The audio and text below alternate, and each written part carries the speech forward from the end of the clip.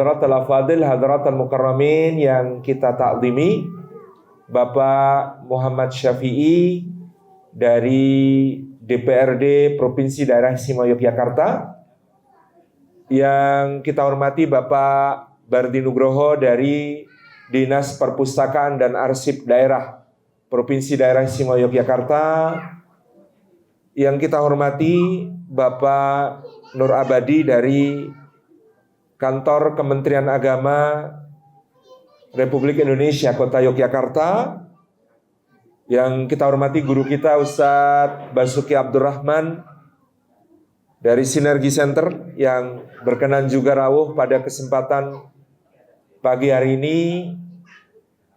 Hadirin hadirat para pengurus Umida dan juga Kurma dan seluruh peserta yang tidak dapat kami sebut satu persatu, rahimani wa rahimakumullah.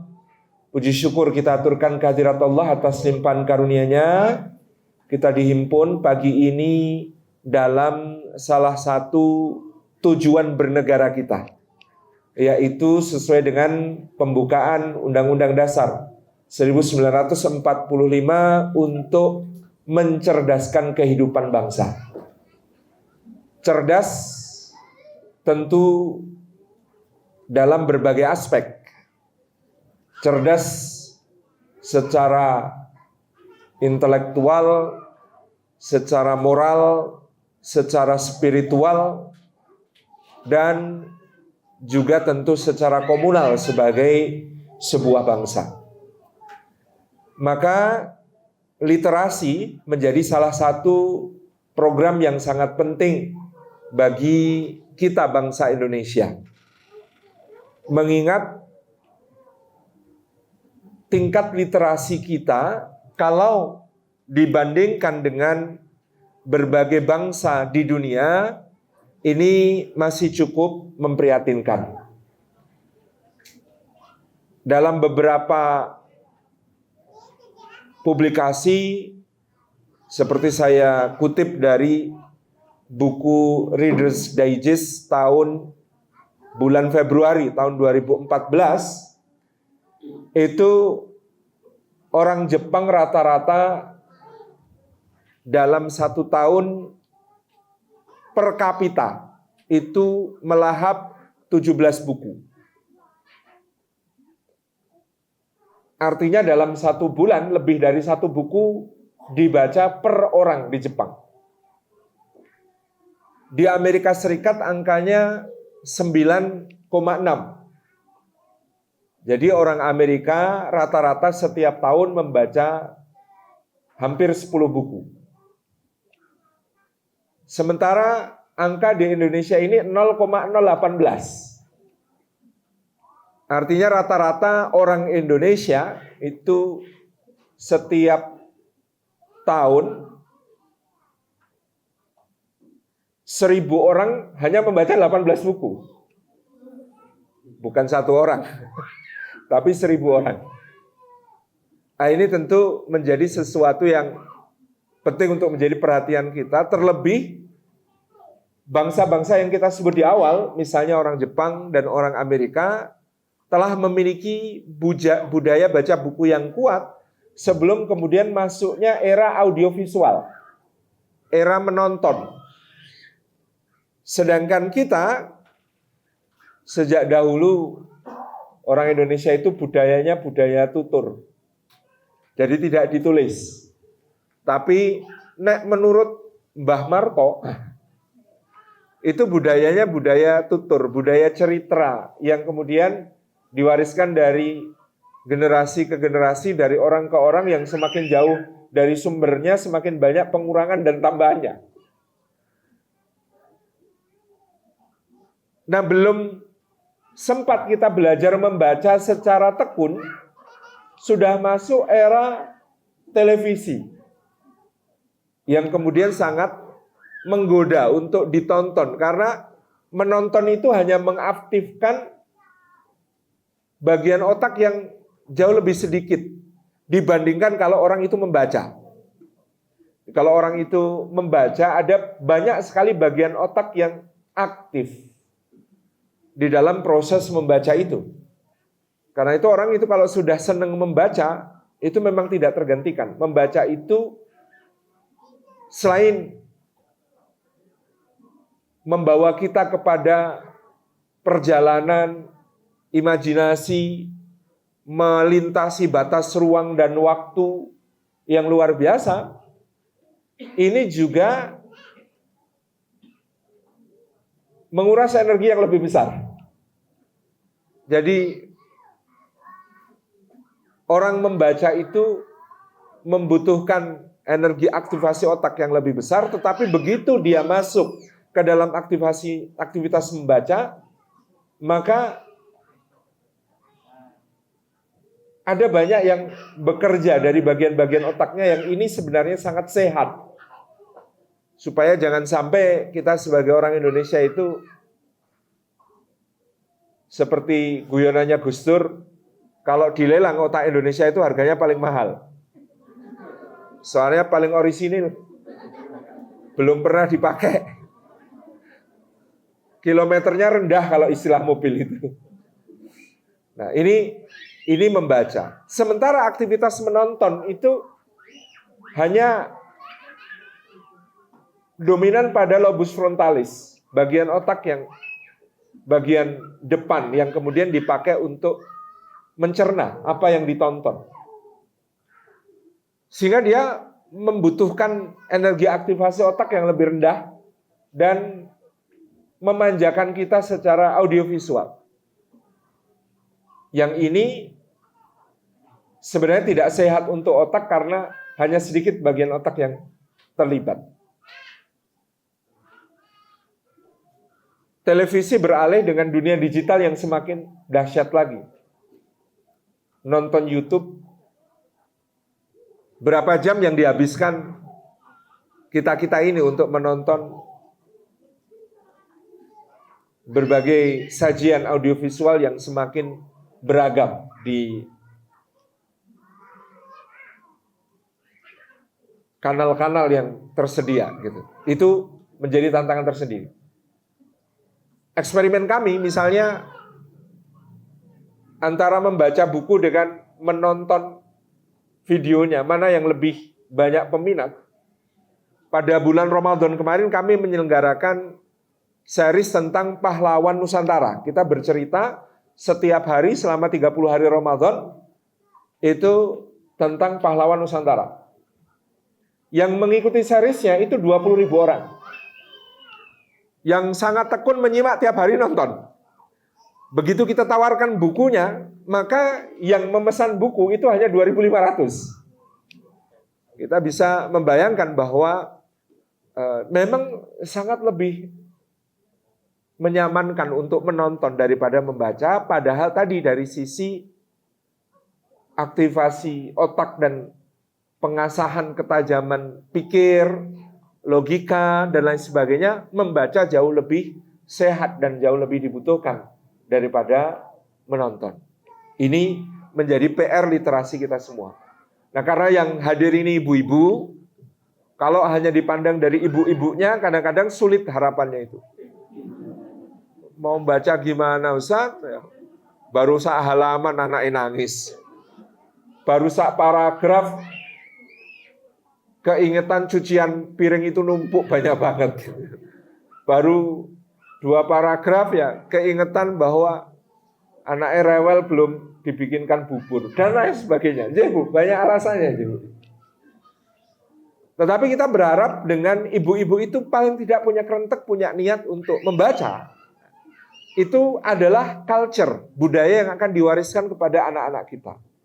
Kalau anak melihat ibu itu suka pegang buku, maka mulai sekarang masak sambil pegang buku, Bu. Raketang ratek diwaca itu. Digowo. Mau tidur pegangnya juga buku. Nyapu lantai pegang buku. Wis apa-apa pegang buku. Itu akan minimal membuat anak-anak juga suka buku. Nah, itu yang kita harapkan dengan kerjasama antara Badan Arsip dan Perpustakaan Daerah beserta Dinas Dinas Perpustakaan dan Arsip Daerah bersama ibu-ibu muda itu mudah-mudahan ke arah sana. Nah, ini sebagai pengantar tentang literasi kita yang memang perlu digenjot, perlu dikuatkan, perlu dijadikan sebagai culture, membaca di dalam kehidupan kita. Karena ini dengan ibu-ibu maka dimulai dari rumah. Dimulai dari rumah kita adanya sebuah kebiasaan dan budaya baca yang kita tumbuhkan. Biasakan untuk memberi hadiah anak, misalnya apresiasi atas prestasinya, capaiannya, itu misalnya dengan memberi hadiah buku. Jangan sepeda terus, karena lagunya itu kering-kering ada sepeda. Udah dapat dari ayah, karena rajin sekolah. Nah, sekarang kalau rajin sekolah itu hadiahnya buku. Itu berwisata itu tidak harus selalu ke tempat yang isinya alat-alat permainan, tetapi juga bisa ke perpustakaan. Kalau mau agak berbudget ya ke toko buku. Gitu ya. Ini bisa ya, hal-hal kecil tetapi punya dampak sehingga anak-anak kita itu terkenalkan dan insya Allah mudah akrab dengan buku pada kesempatan-kesempatan yang akan datang. Karena kalau sudah menemukan asyiknya membaca, itu biasanya yang bersifat tontonan itu menjadi kurang menarik. Contoh, kalau ada novel difilmkan, itu yang seneng menikmati novelnya pasti milih nggak nonton filmnya. Kenapa? Takut kecewa. Karena ketika kita membaca, imajinasi kita itu dahsyat. Kita menciptakan dunia kita sendiri. Nonton film Bumi Manusia misalnya. Waduh, jauh sekali daripada apa yang kemudian bisa kita cerna, kita cermati dari novel yang ditulis Pramudia Anantatur. Meskipun kalau anak-anak milenial sekarang nggak ngerti itu ada novelnya, begitu novelnya dipopulerkan kembali setelah filmnya tayang, kemudian komentarnya, Pramudia ini siapa? Ikut nebeng, terkenal aja sama Iqbal Cowboy Junior itu. Karena mereka nggak tahu bahwa itu sebuah novel yang ditulis dengan riset yang sangat mendalam, dengan pengamatan terhadap sosiologi dan antropologi kolonial yang sangat cermat, begitu ya. Itu menjadi sebuah bacaan yang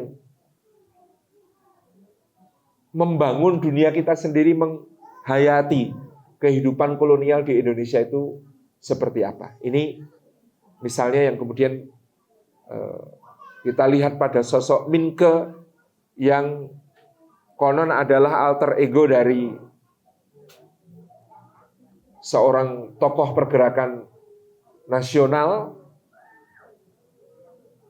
yaitu Tirto Adi Suryo, yang merupakan pendiri dari Syarikat Dagang Islamiyah di Bogor. Yang waktu itu anggotanya adalah para pedagang pribumi dan pedagang keturunan Arab di wilayah Jabodetabek. Juga beliau adalah tokoh pers yang mendirikan pers pertama nasional. Artinya kalau persnya kolonial banyak, tapi pers nasional yang mewakili suara kebangsaan Indonesia itu Tirto Adi Suryo ini. Jadi tereduksi menjadi seakan-akan ini cuma kisah cinta, misalnya begitu. Nah, Bapak Ibu yang dirahmati oleh Allah Subhanahu wa taala, tentang buku ini, kalau menurut teori apresiasi sastra, harusnya seorang penulis itu jangan berkomentar terhadap bukunya sendiri. Biarlah kemudian pembaca yang memberikan penilaian, termasuk para panelis ahli kita yang ada di depan, Pak Nur Abadi dan Pak Basuki Abdurrahman, nanti yang akan tentu saja memberikan berbagai perspektif yang lebih luas terhadap buku ini. Adapun mungkin saya hanya memberi pengantar bahwa judul Menggali ke Puncak Hati ini judul yang kemudian kita berikan untuk menyesuaikan dengan pembaca yang lebih luas. Karena awal buku ini terbit, judulnya bukan Menggali ke Puncak Hati, yang waktu itu ya, buku ini saya tulis ketika saya masih berusia 20 tahun. Sekarang sudah 38. Jadi kalau sekarang disuruh membedah itu sudah gagap gitu. Dunianya itu sudah berbeda gitu. Dulu di umur itu saya melihat orang umur 40 tahun itu wis tuwek gitu. Nah, sekarang sudah hampir 40 itu ya sebenarnya ya sudah saya yang ketika saya menulis buku ini saya lihat sebagai orang yang sudah tua gitu.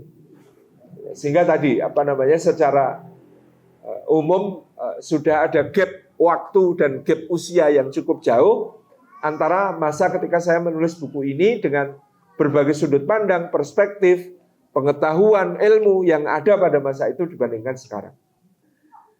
Tetapi tentu itulah sebuah buku ya, tidak perlu ditarik karena itu yang menggambarkan apa yang ada dalam pikiran saya ketika usia saya sedemikian. Nah, sekarang tentu saya punya hal yang berbeda dibandingkan isi buku itu, meskipun secara prinsip hal-hal yang pokoknya tentu tidak berubah. Gitu. Nah, menggali ke puncak hati itu saya kira kalimat yang kita pilih untuk menjadi judul sebuah buku. Yang pertama, teori membuat judul itu, judul tidak harus sesuai dengan isi. Nah, ini saya bisa dimarahi guru-guru bahasa Indonesia. Gitu. Judul itu tidak harus sesuai dengan isi. Meskipun harus ada pertautan dan keterkaitan dengan isi. Kok bisa begitu? Ya, karena di dalam Al-Quranul Karim yang judulnya Al-Baqarah, sapi betina, itu yang bicara tentang sapi betina tidak lebih dari 10 ayat. Dari 286 ayat. Jadi, kok judulnya sapi betina? Ya ini judul yang menarik, sehingga karena menariknya judul sapi betina ini digunakan untuk berdakwah oleh Kanjeng Sunan Kudus Maulana Ja'far Shadiq di pantai utara Jawa ketika beliau datang. Karena tahu masyarakat setempat sangat mengagungkan sapi, beliau membeli sapi yang paling besar, sapi yang paling gagah, sapi yang tanduknya paling panjang, diikat di halaman rumah, diberi makan dan dimuliakan. Orang-orang berbondong-bondong datang ingin tahu apa yang akan dilakukan Sunan Kudus kepada sapi tersebut. Sehingga ketika orang yang berkumpul sudah banyak, karena mereka kasak kusuk, jangan-jangan ini sapinya mau disembelih di depan kita untuk menghina dan melecehkan kita semua. Sunan Kudus keluar kemudian menceritakan sapi ini binatang mulia. Di dalam Al-Quranul Karim, kitab suci kami, ada satu surat yang paling panjang, mengandung hukum-hukum yang paling banyak, judulnya Al-Baqarah alias sapi betina. Maka beliau mulai menceritakan kisah sapi betina dalam surat Al-Baqarah. Ketika ceritanya sudah hampir klimaks ke titik yang paling menarik, kemudian beliau mengatakan, sambungan cerita ini bisa Bapak Ibu simak besok pagi. Sehingga hadirin bubar, besok paginya datang. Diceritani lagi sampai bagian yang paling menarik, berhenti lagi. Sambungan cerita ini bisa Bapak Ibu simak besok pagi. Sampai akhirnya seluruh yang hadir itu bersyahadat secara massal karena dakwah beliau rahimahullah ta'ala.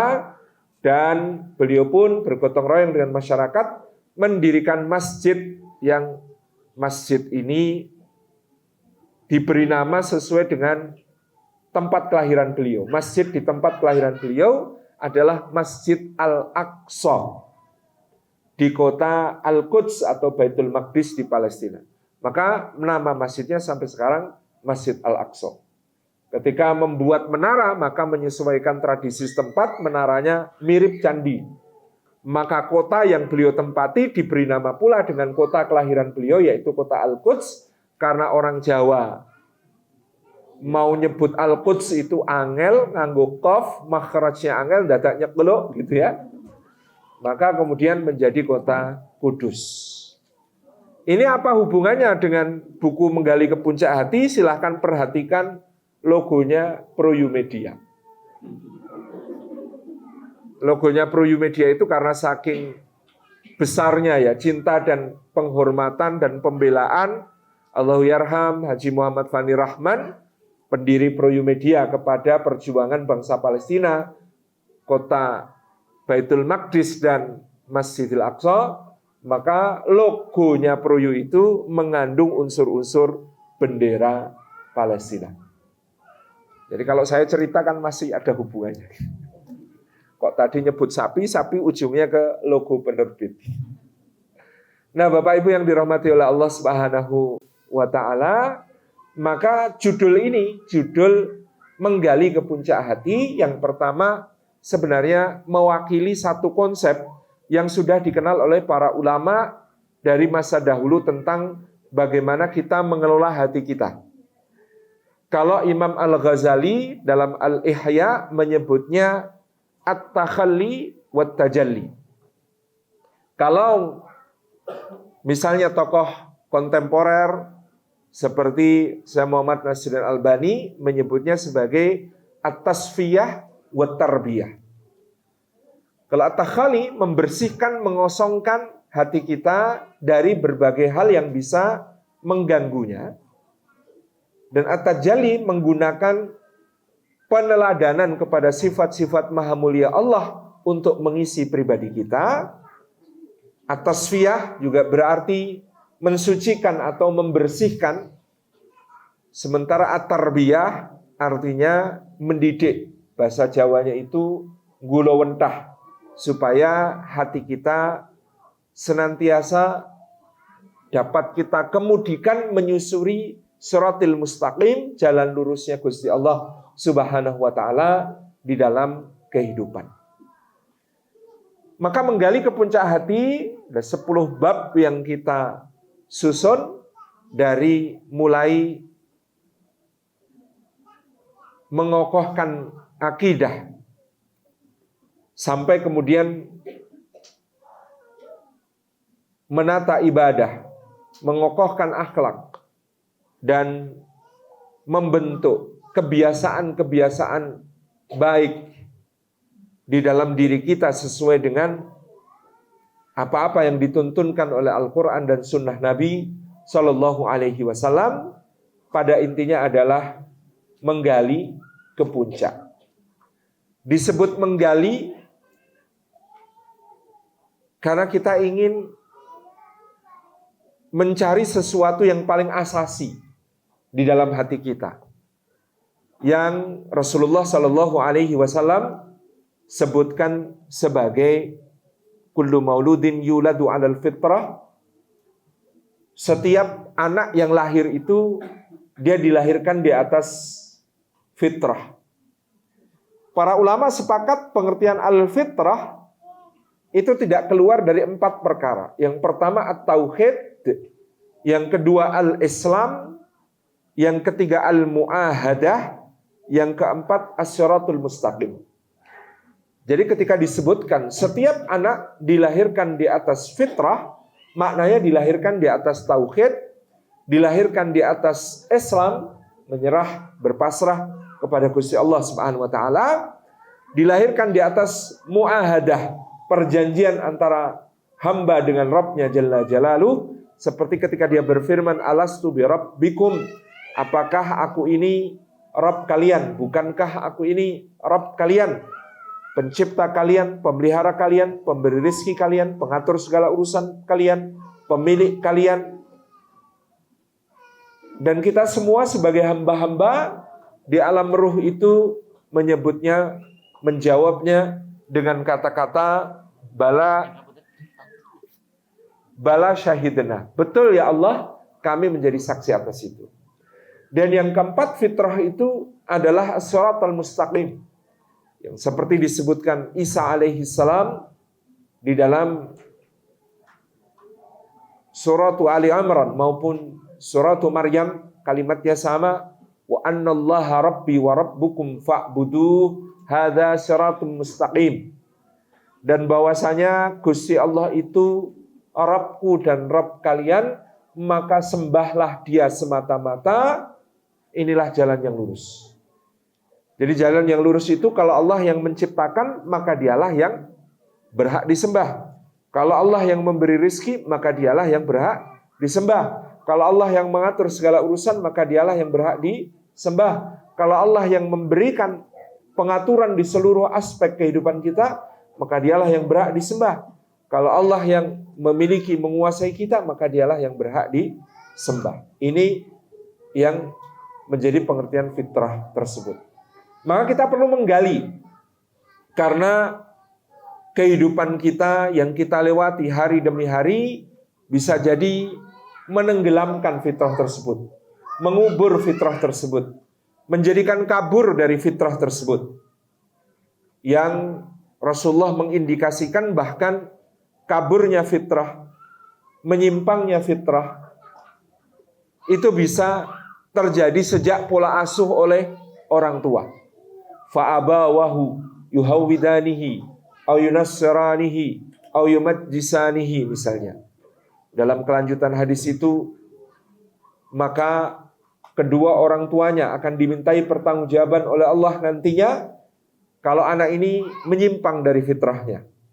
Misalnya dia menjadi Yahudi, atau dia menjadi Nasrani, atau dia menjadi Majusi, ya, atau sekarang macam-macam, menjadi ateis, menjadi agnostik, menjadi liberal, menjadi sekuler, menjadi segala halnya. Di situ ada peluang di mana terjadi pengaburan, terjadi penyimpangan, terjadi ketertimbunan fitrah itu, sehingga perlu digali, dibersihkan. Bagi kita yang sudah berada dalam iman Islam, tentu seperti dijelaskan Imam Al-Ghazali dalam Takhalli, ada dua perkara penting yang harus dibersihkan yang bisa mengganggu fitrah, bisa mengganggu hati, bisa mengganggu qalb. Yang pertama adalah dosa-dosa. Yang kedua adalah amradul qulub atau penyakit-penyakit hati.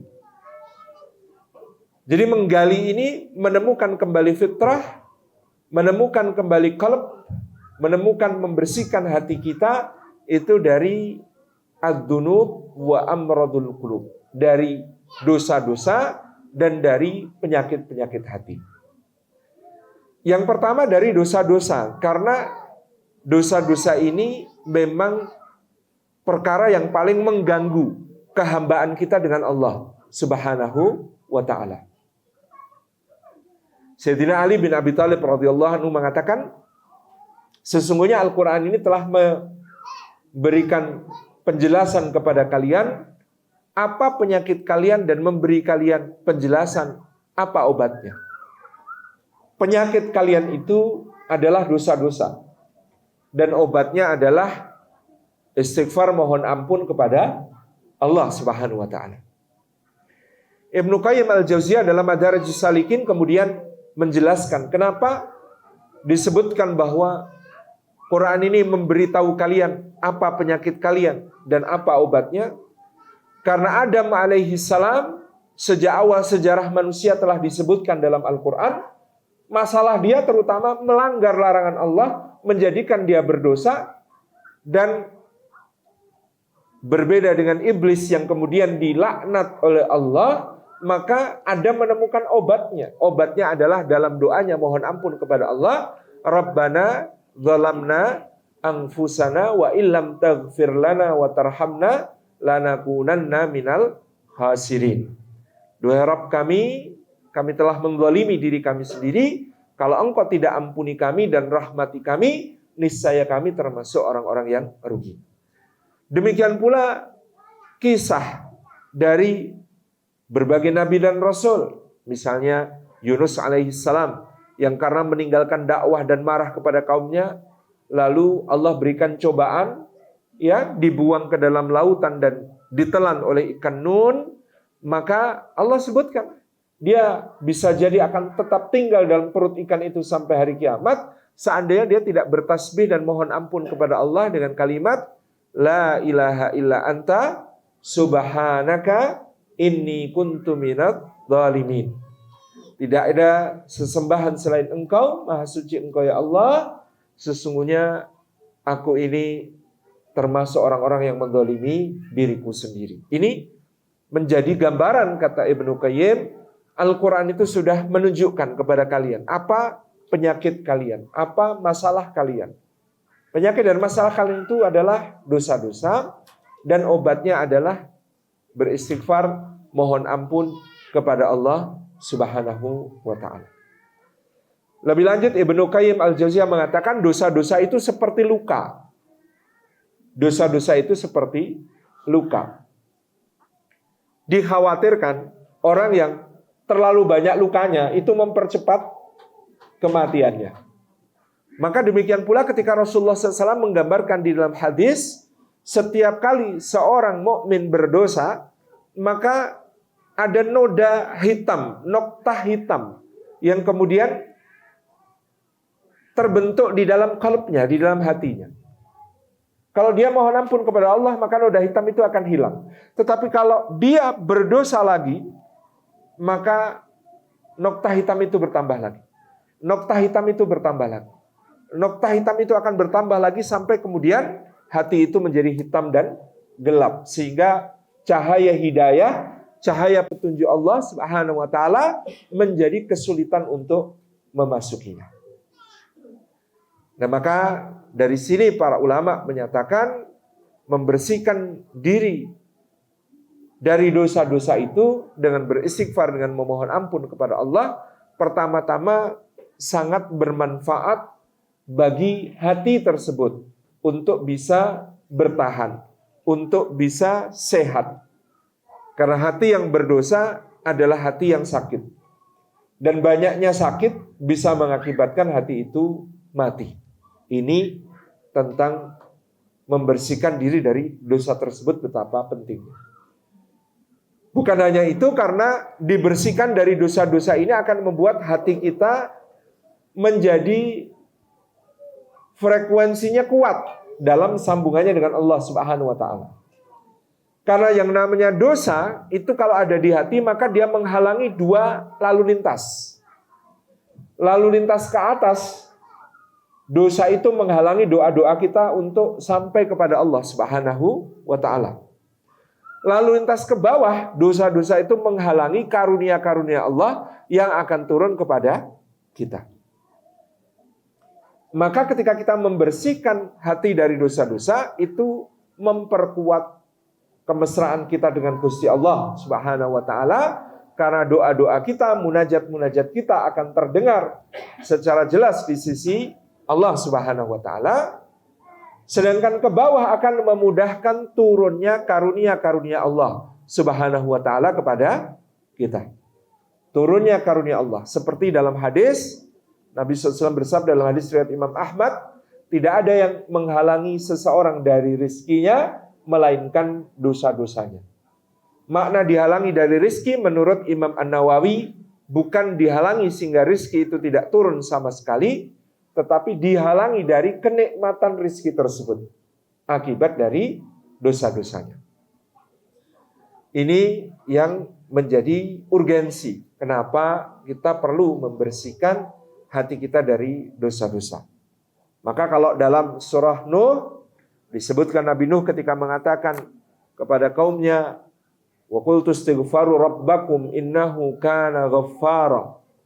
Dan aku katakan kepada kaumku, wahai kaumku, beristighfarlah, mohon ampun kepada Allah, sesungguhnya Allah Maha Pengampun. Yursilis sama alaikum midrara. Karena Allah, kalau kalian mohon ampun kepadanya, bukan hanya mengampuni dosa-dosa kalian, tetapi Allah akan mengirimkan awan-awan yang berarak di langit, membawa hujan yang penuh dengan keberkahan. Ketika turun, menumbuhkan bagi kalian adanya kebun-kebun yang berbuah lebat, dan menumbuhkan untuk kalian, memberikan kepada kalian sungai-sungai yang mengalir, membawa rizki dan kebaikan. Ini yang disampaikan oleh Nabi Nuh. Maka dahulu Imam Hasan Al-Basri konon setiap Jumat beliau itu terima curhat. Jadi ketika beliau duduk di rumah menerima curhat di hari Jumat itu, ada belasan orang mengadukan masalahnya. Ada yang terbelit hutang, ada yang miskin sempit rezeki, ada yang dari seorang pejabat sedang jatuh karirnya menjadi buronan, ada yang bermasalah dengan keluarganya, ada yang sudah lama menikah nggak punya anak, dan lain sebagainya.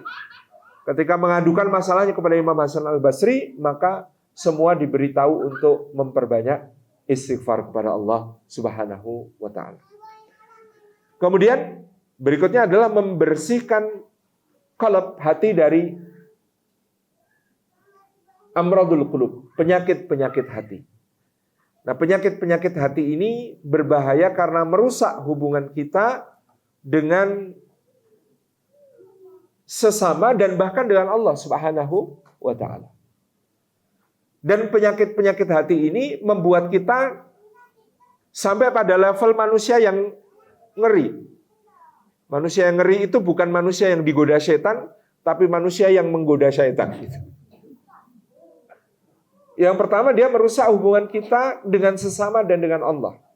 Karena penyakit-penyakit hati seperti sombong, riya, sum'ah, tamak, hasad, dengki, dendam, ini sangat-sangat kemudian mengganggu fokus kita untuk beribadah kepada Allah. Menunjukkan hati kita menghadap hanya kepada Allah. Meniatkan seluruh ibadah hanya karena Allah. Itu terganggu sekali. Jadi orang yang riya, orang yang sum'ah berarti terganggu niatnya. Orang yang sombong jelas terganggu hubungannya dengan Allah, karena sombong itu adalah selendang Allah yang tidak boleh diambil oleh hambanya satupun. Apalagi dengki dan dendam kepada orang lain, itu jelas sangat mengganggu hubungan kita dengan sesama dan bahkan juga mengganggu hubungan kita dengan Allah. Gara-gara sakit hati, dendam, belum bisa memaafkan seseorang yang kebetulan orangnya itu imam masjid, itu setannya tidak hanya mengarahkan kita untuk tidak suka sama orangnya, tapi jadi tidak suka pergi ke masjid karena asik ngimami kai, wegah aku, males gitu ya. Karena mengganggu hubungan bukan hanya dengan sesama, tapi dengan Allah Subhanahu wa ta'ala. Ini contoh. Jadi dulu Abdullah bin Ubay bin Salul itu menjadi tokoh munafikin itu pertama-tama karena sakit hati. Ketika Aus dan Khazraj berperang selama 30 tahun dalam perang yang disebut sebagai perang Bu'ats, lalu mereka sepakat untuk damai. Penduduk Madinah yang suku Aus dan suku Khazraj ini sepakat damai. Ketika mereka sepakat damai, mereka sepakat mengangkat satu raja untuk kota Madinah. Karena Abdullah bin Ubay bin Salul itu terkenal orang yang dermawan, rumahnya sering dipakai pertemuan, nek nyuguh tamu keren, gitu ya. Itu Abdullah bin Ubay bin Salul dulunya itu begitu. Maka orang Aus dan Khazraj itu sepakat mengangkat Abdullah bin Ubay bin Salul untuk menjadi raja Madinah.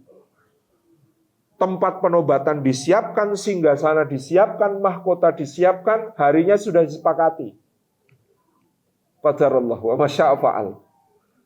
Tepat 1 pekan sebelum dia diangkat jadi raja, Rasulullah SAW datang dari hijrah dari Mekah ke Madinah.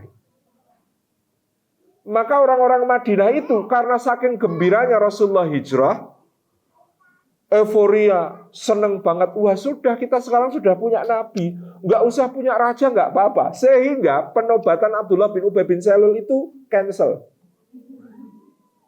Maka Abdullah bin Ubay bin Salul itu gagal jadi raja gara-gara Rasulullah SAW datang.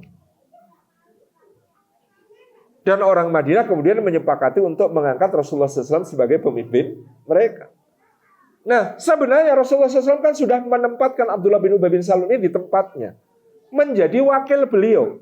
Nanti kalau kita periksa sirah, ada pernah kejadian di mana sekitar tahun pertama atau tahun kedua Hijriah itu Rasulullah meninggalkan kota Madinah, maka yang dipercaya memimpin kota Madinah itu Abdullah bin Ubay bin Salul. Jadi secara umum sebenarnya Abdullah bin Ubay bin Salul itu sudah diangkat jadi wakilnya Rasulullah di awal ketika Rasulullah datang ke Madinah. Kalau saja Abdullah bin Ubay bin Salul itu mengakui, ya memang lebih utama Rasulullah untuk mimpin, saya jadi wakil, nggak apa-apa. He will be the second best. Dia akan menjadi orang kedua di Madinah. Tetapi dia memilih untuk tetap sakit hati, nggak bisa memaafkan Rasulullah SAW, sehingga apa? Dia memilih untuk menggunting dalam lipatan, menjadi musuh dalam selimut. Itu yang menjadi masalah. Nah, ini contoh betapa berbahayanya hati karena satu penyakit hati saja, yaitu dendam kepada Rasulullah SAW. Nah, Bapak yang dirahmati Allah, maka dari itu selain membersihkan diri dari dosa-dosa, menjadi penting untuk membersihkan hati kita itu juga dari amradul qulub. Dan tadi saya sebutkan, punya penyakit hati itu bisa menaikkan level kita, tapi level jelek. Dari manusia yang digoda syaitan menjadi manusia yang menggoda syaitan. Ini kita dapatkan dalam riwayat tentang Imam Al-Ghazali. Satu hari ada muridnya bertanya kepada Imam Al-Ghazali, "Wahai Imam, katanya kalau kita berzikir itu syaitannya terusir. Lah saya ini sudah memperbanyak zikir saja, tapi kenapa kok rasanya syaitannya datang terus? Di hati saya kok ada bisikan untuk berbuat jelek terus. Itu kira-kira kenapa ya?" Imam Al-Ghazali kemudian mengatakan, "Nak, coba bayangkan apa yang terjadi kalau kamu itu mengusir anjing dengan kayu, dengan batu, ya, dilempar batu, dioprak-oprak dengan galah, kemudian dibilang, shh, dengan lisan, hush, pergi, hush, pergi, lemparin batu, ya, pukulin pakai kayu supaya anjingnya pergi.